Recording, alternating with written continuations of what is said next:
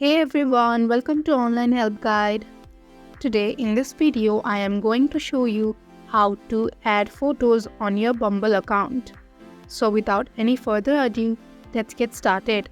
First of all, you will need to open your Bumble application. Tap on the profile icon on the bottom left corner of your screen. Tap on your profile picture. Click on Edit Profile. As you can see, I have added only 3 photos. I still have 3 photos to be added. Tap on the plus icon. Here you can either upload the picture from Facebook, Instagram or your gallery. I am going to upload it from my gallery. Choose any picture. Tap on Save.